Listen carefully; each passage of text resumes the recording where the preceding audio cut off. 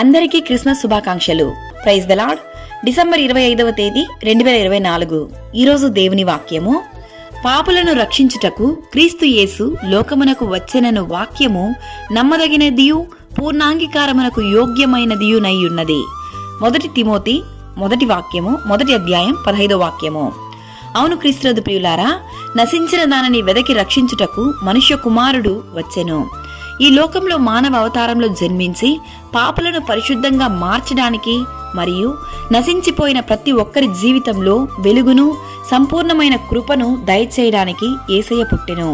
దేవుని వాక్యం ఇలా సెలవిస్తుంది, దావీదు పట్టణమందు నేడు రక్షకుడు మీ కొరకు పుట్టియున్నాడు. ఈయన ప్రభువైన క్రీస్తు. దేవుని సన్నిధిలో భార హృదయంతో మోకరించండి.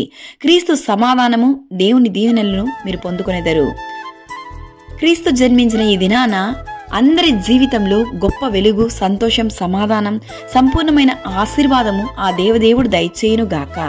సర్వోన్నతమైన స్థలములలో దేవునికి మహిమయు, ఆయనకిష్టులైన మనుష్యులకు భూమి మీద సమాధానము కలుగును గాక.